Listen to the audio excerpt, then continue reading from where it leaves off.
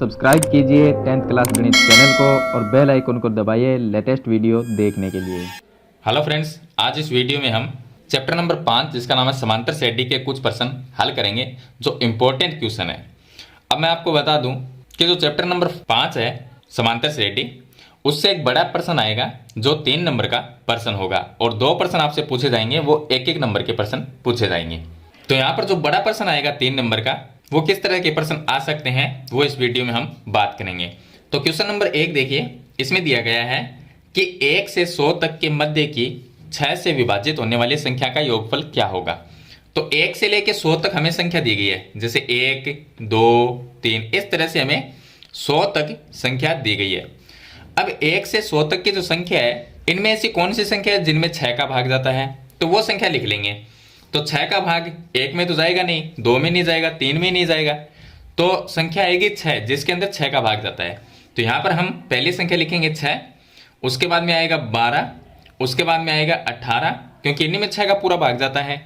और इस तरह से लास्ट जो संख्या होगी वो होगी 96, 96 में 6 का भाग पूरा पूरा जाता है।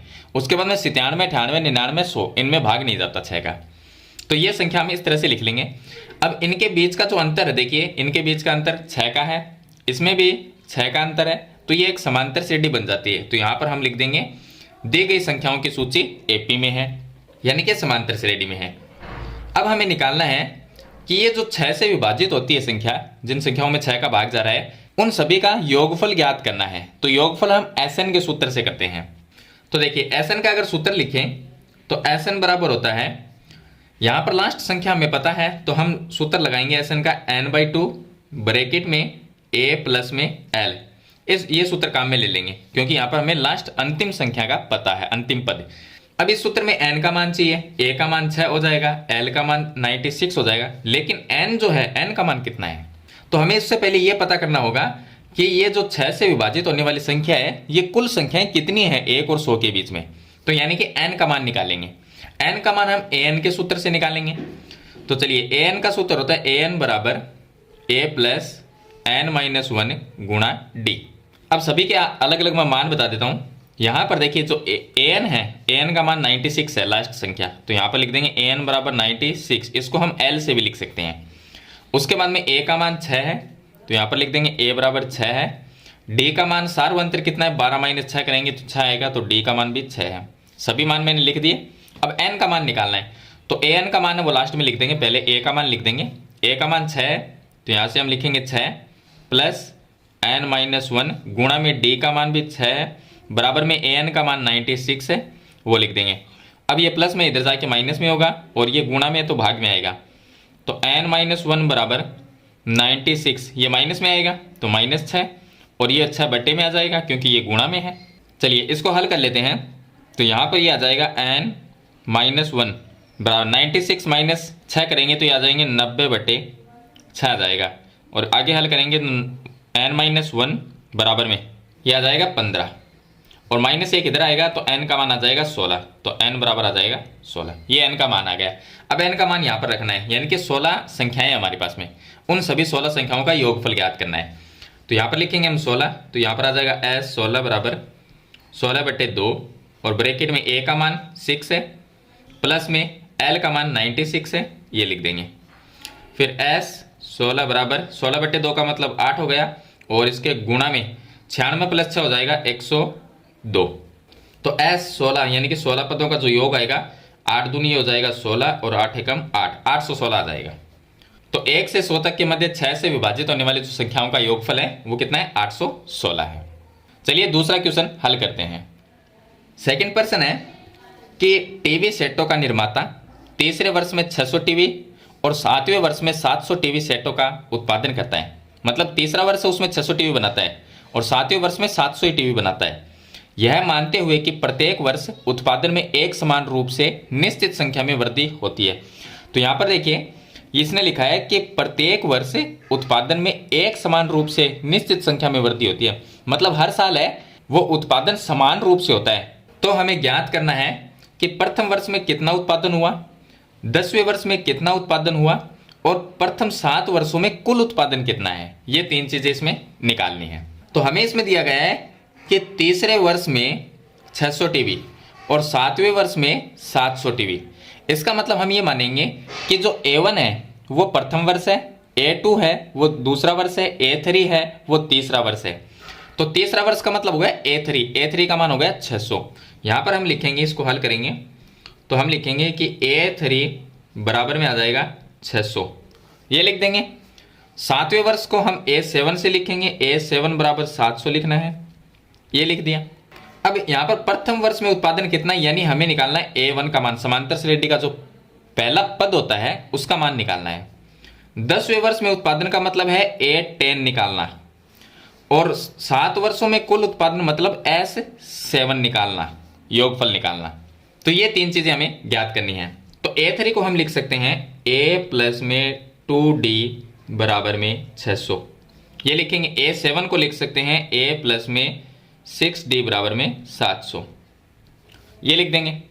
इसको मान लेंगे समीकरण नंबर 1 और इसको मान लेंगे समीकरण नंबर 2। अब समीकरण 1 और 2 को विलोपन विधि से हल कर लेते हैं। तो यहां पर हम लिखेंगे A प्लस में 6D बराबर में 700, समीकरण नंबर 2 जाएगी। समीकरण 1 इसके नीचे लिखेंगे A प्लस में 2D बराबर में 600 आ जाएगा, यह समीकरण नंबर 1 आ जाएगी। विलोपन विधि से हल करेंगे तो ये माइनस हो जाएंगे, ये कट जाएंगे, ये माइनस होगा तो यह रह जाएगा 4D, ये माइनस होगा तो यहाँ पर 100 रह जाएगा, 700 माइनस 600।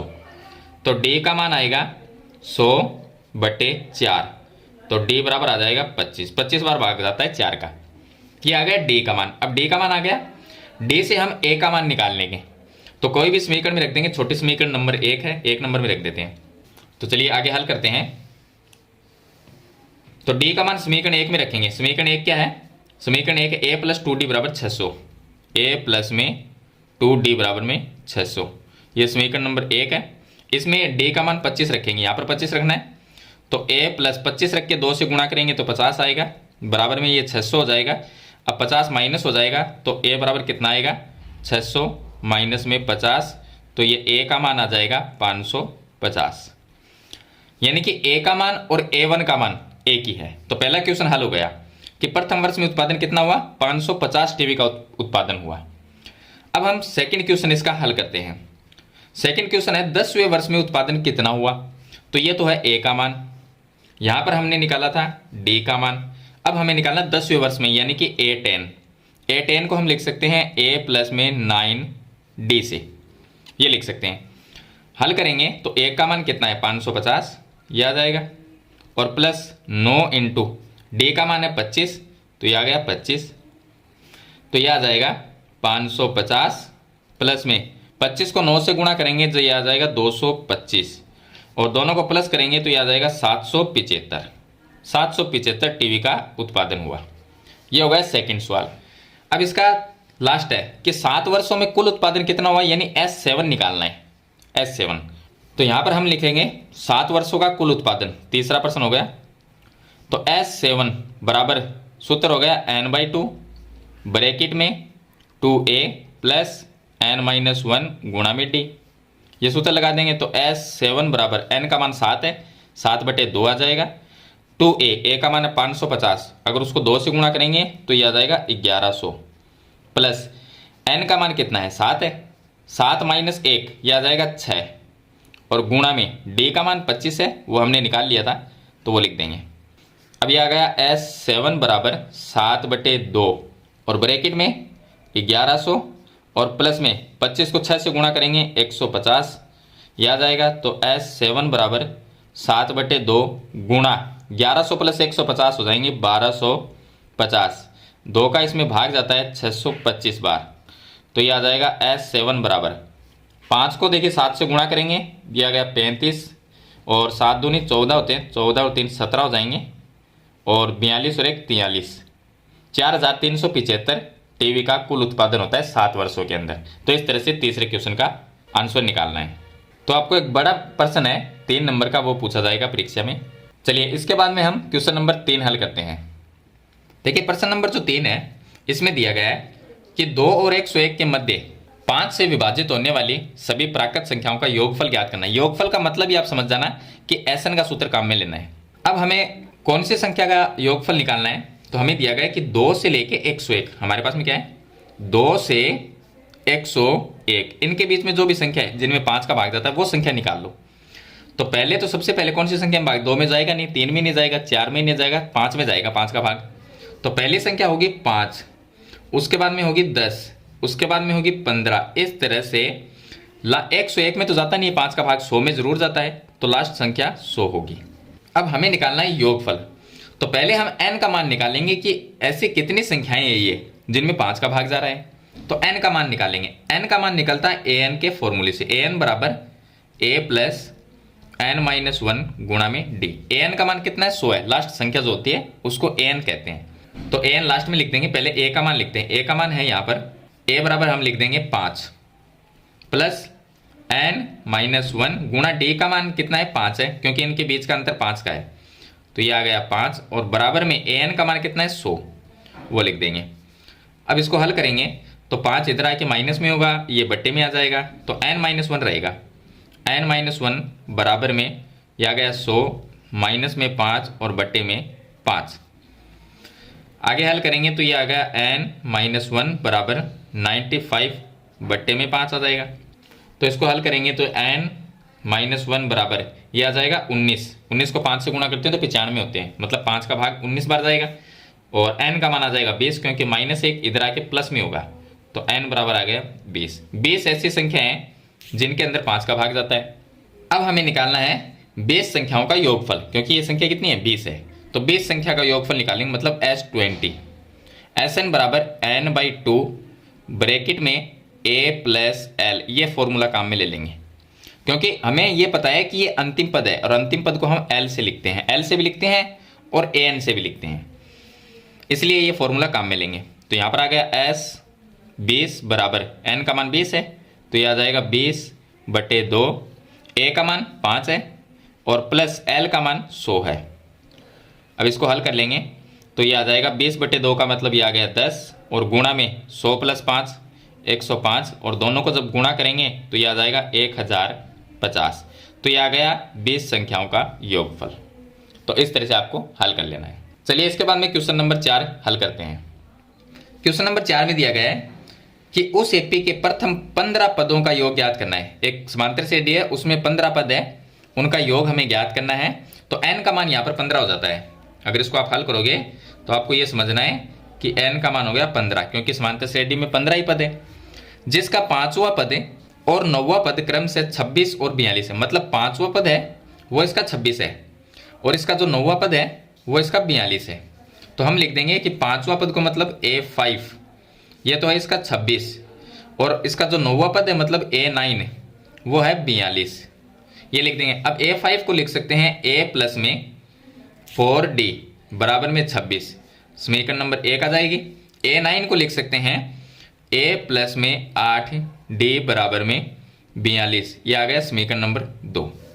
अब विलोपन विधि से हल कर लो तो हम इसको लिखेंगे, पहले ये लिख लेते हैं बड़ी है, तो A प्लस में 8D बराबर में 42 समीकरण नंबर 2 बटे में लिख लेंगे समीकरण 1, A प्लस में 4D बराबर में 26 समीकरण नंबर 1। हल करेंगे, A और D का मान निकालेंगे पहले। तो ये माइनस हो गया, ये कट जाएंगे, ये माइनस होगा तो 4D रहेगा, ये माइनस होगा तो यहाँ पर रह जाएगा 16। अब D का मान 4 आ जाएगा, 16/4 करेंगे तो D का मान 4 आएगा। ये जो D का मान है वो किसी एक समीकरण में रख देंगे, तो छोटी समीकरण कौन सी ये है, इसमें रख देते हैं। तो D का मान इसमें रखेंगे तो A प्लस में ये आ जाएगा A प्लस में 4 गुणा D का मान 4 बराबर में 26 आ गया। तो A बराबर ये हो गया 16 और 16 इधर आके माइनस होगा तो A का मान कितना आएगा 10 आएगा। तो A और D का मान हमने निकाल लिया। अब हमें समांतर श्रेणी का 15 पदों का योग ज्ञात करना है, तो मतलब S15। तो Sn का सूत्र लगा लेते हैं। Sn बराबर सूत्र लगाना है n/2 ब्रैकेट में 2a प्लस n-1 और गुणा में d। तो Sn, n का मान कितना है, n का मान है 15, क्योंकि 15 पद है, तो ये आ गया S15 बराबर 15/2 ब्रैकेट में 2 गुणा a का मान कितना है 10 है, ये लिख देंगे। n का मान कितना है 15, तो 15 माइनस 1 हो जाएगा। d का मान है 4, तो वो 4 लिख देंगे। तो इसको हल करेंगे तो 15/2 ये आ जाएगा और 10 को 2 से गुणा करेंगे ये 20 हो गया। 15 माइनस 1 14 और 14 को हम 4 से गुणा कर लेंगे तो ये आ जाएगा 56। यहाँ पर प्लस का चिन्ह है तो ये प्लस में आ जाएगा 56। आगे हल करेंगे तो ये आ गया 15/2 और गुणा में यह आ जाएगा 76। 20 प्लस 56 करेंगे तो 76 होगा। 76 में हम भाग दे देंगे 2 का, इसमें गया 3 बार और इसमें गया 8 बार। अब 15 को 38 से गुणा कर लेंगे तो इनको गुणा करेंगे तो यह आ जाएगा 570। यह आ जाएगा प्रथम 15 पदों का योगफल। तो इस तरह से आपको हल कर लेना है। चलिए इसके बाद में क्वेश्चन नंबर 5 हल करते हैं। क्वेश्चन नंबर 5 देखिए, किसी एपी के चौथे और 8वें पदों का योग है। मतलब चौथा पद है A4, 8वां पद है A8, उनका योग कितना है 24। तो हम ये लिखेंगे कि चौथा पद तो A4 प्लस 8वां पद हो गया A8 और इन दोनों का योग मतलब प्लस है कितना 24, ये लिख लेंगे। छठे और 10वें पदों का योग, छठा पद मतलब A6 प्लस 10वां पद का मतलब हो गया A10, इनका योग दिया गया है 44। तो प्रथम 3 पद ज्ञात करने, इस एपी के प्रथम 3 पद A1 A2 A3 ये निकालना है। तो हल करेंगे तो देखिए A4 को हम लिख सकते हैं, A4 को लिखेंगे A प्लस में 3D ये लिखेंगे और प्लस A8 को क्या लिखेंगे A प्लस में 7D बराबर में आ जाएगा 24। A प्लस A ये हो जाएंगे 2A 3D 7D प्लस में हो जाएगा 10D बराबर में 24। इस समीकरण में 2 का भाग दे सकते हैं तो 2 का भाग जाएगा तो ये A प्लस में 5D बराबर में आ जाएगा 12, समीकरण नंबर 1 बन जाएगी। इसको हल करेंगे। 6 को क्या लिख सकते हैं A प्लस में 5D और प्लस A10 को क्या लिख सकते हैं A प्लस में 9D बराबर में 44। A प्लस A 2A हो जाएगा, यह आ जाएगा 2A और 5 और 9 कितने हो गए 14, तो यह आएगा 14D बराबर में आ गया 44। आगे हल करेंगे तो पूरे समीकरण में 2 का भाग दे सकते हैं तो यह आ गया A प्लस में इसमें 2 का भाग देंगे तो 7D आ जाएगा, इसमें 2 का भाग देंगे तो 22 आ जाएगा। ये हो गया समीकरण नंबर 2।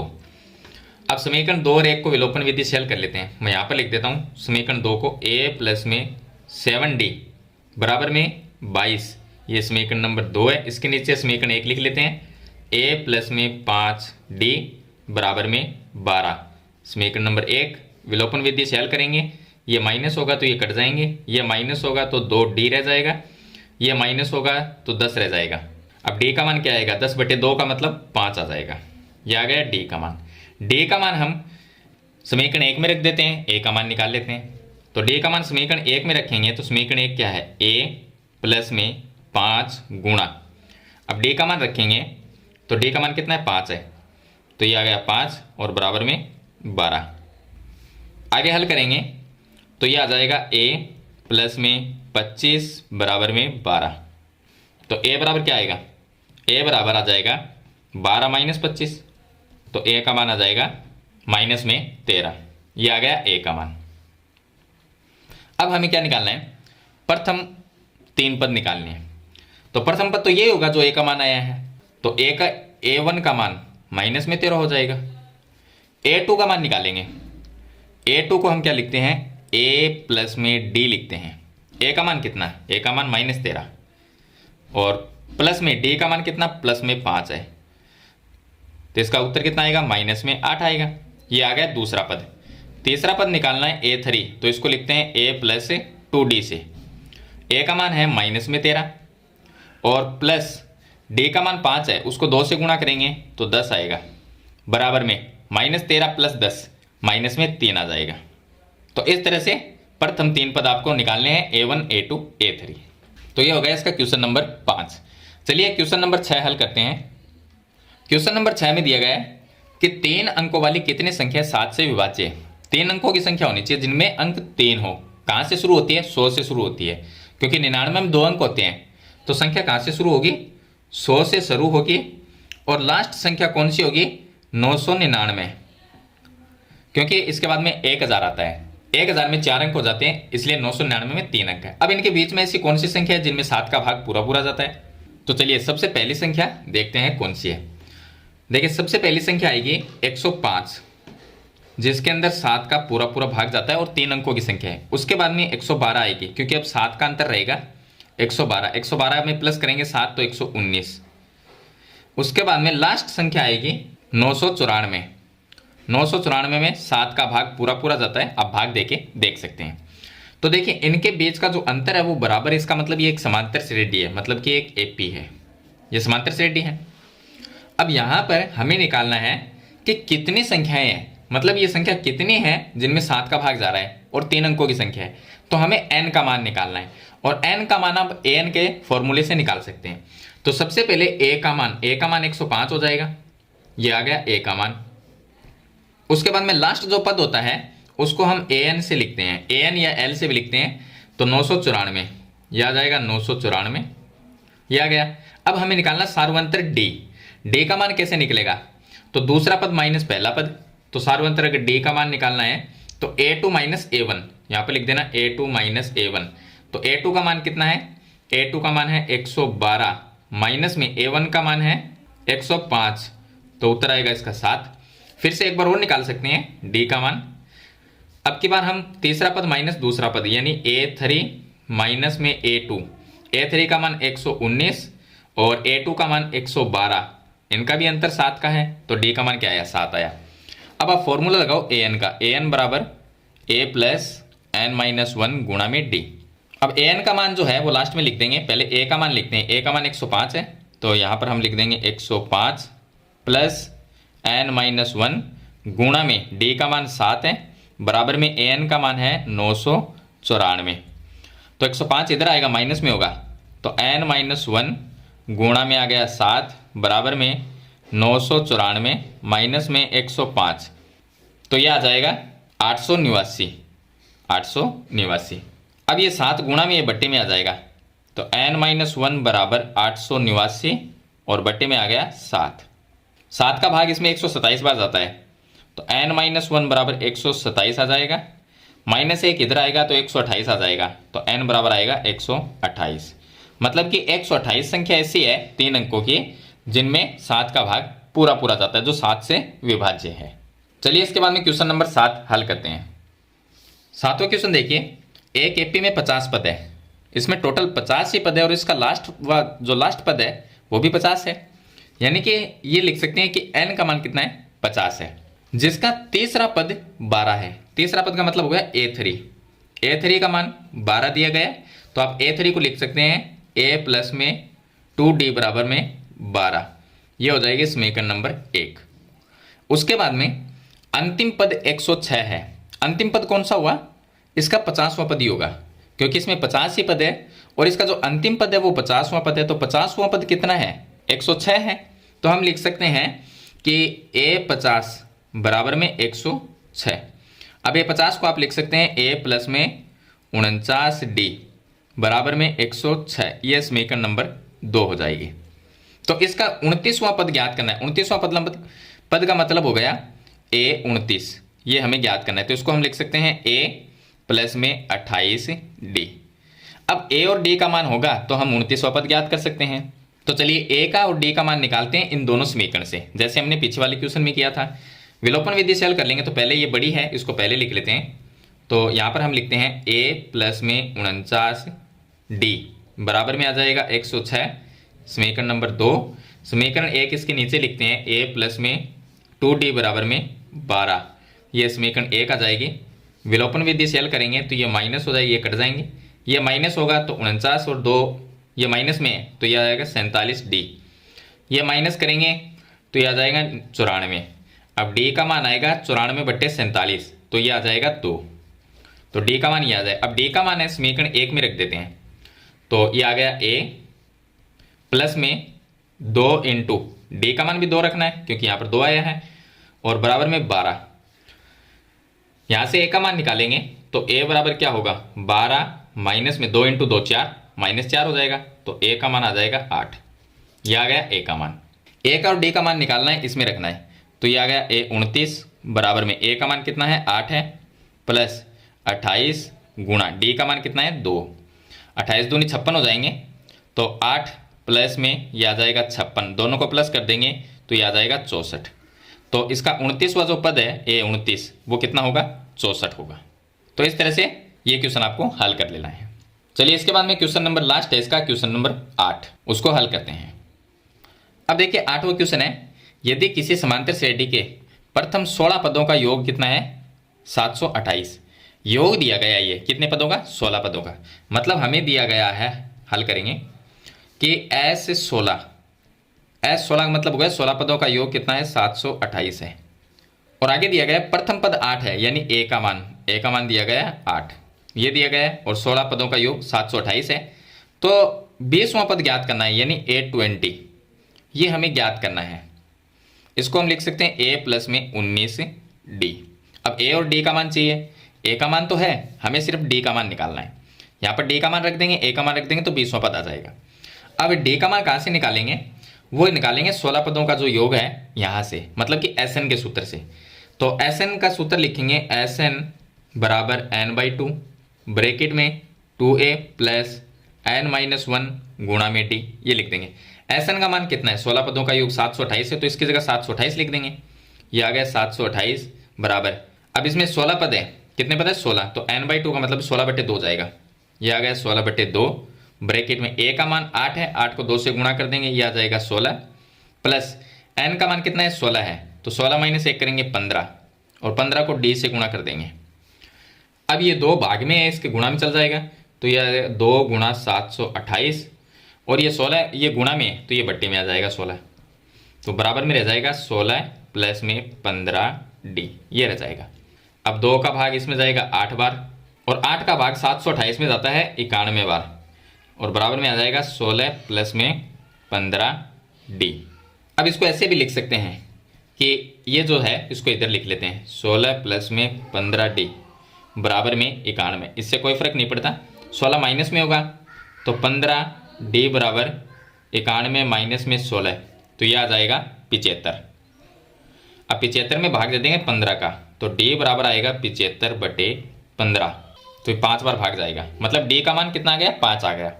अब ये निकाल लेंगे 20वां पद, तो A20 बराबर a का मान कितना है 8 दिया गया है, और प्लस 19 इंटू d का मान कितना है 5 है। आगे हल करेंगे तो ये आ गया 8 प्लस 19 को 5 से गुणा करेंगे, ये हो जाएंगे 95, और 95 में 8 को प्लस कर देंगे तो ये आ जाएगा 103, तो इसका 20वां पद कितना होगा 103 होगा। तो ये था इसका लास्ट क्वेश्चन, क्वेश्चन नंबर 8। तो इस वीडियो में मैंने 8 क्वेश्चन आपको अलग अलग टाइप के बताए हैं, और जो बड़े क्वेश्चन है वही मैंने इस वीडियो में आपको बताए हैं, जो आपको परीक्षा में 3 अंक का जो क्वेश्चन है पूछा जाएगा, उस तरह के मैंने क्वेश्चन आपको बता दिए हैं। तो मेरे ख्याल से ये क्वेश्चन आपको कंप्लीट समझ में आ गए होंगे। फिर भी इसके बारे में कोई सवाल या सुझाव है तो कमेंट बॉक्स में जरूर लिखना। वीडियो पसंद आए तो इसे लाइक और शेयर जरूर कर देना। इस चैनल पे आप नए हैं तो सब्सक्राइब करना। हम मिलते हैं नेक्स्ट वीडियो में, तब तक के लिए थैंक यू।